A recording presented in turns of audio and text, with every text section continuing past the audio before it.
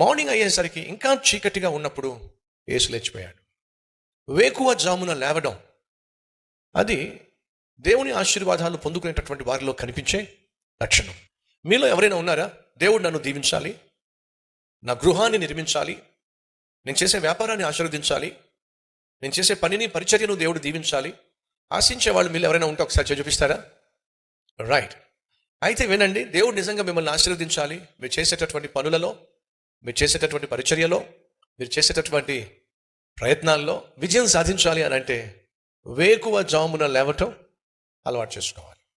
మళ్ళా చెప్తున్నా, సోమరిపోతులను దేవుడు దీవించటం ప్రపంచ చరిత్రలో ఎప్పుడు ఎక్కడ మనం చూడం. నీలో సోమరితనము ఉన్నట్లయితే నువ్వు చేతులారా దేవుని దీవెనలను పోగొట్టుకుంటావు. యెహోషువ గ్రంథము 8వ అధ్యాయము 10వ వచనం. ఉదయమున యెహోషువ వేకువన లేచి జనులను వ్యూహపరిచి. ఎప్పుడు లేచాడట? గడి చెప్పండి. విజయం సాధించాలనుకుంటున్నారా? ఖచ్చితంగా వేకువన లేవాలి.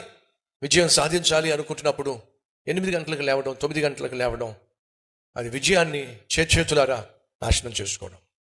సంగమా, ఆనాడు విజయాన్ని ఇస్తాను యెహోషువ అని యెహోషువకు చెప్పినప్పుడు యెహోషువ చేసిన మొదటి పని ఏంటో తెలుసా? వేకువనే లేచాడు. ఈరోజు మన మధ్య ఎవరైనా ఉన్నారా? ఆలస్యంగా లేచేవాళ్ళు.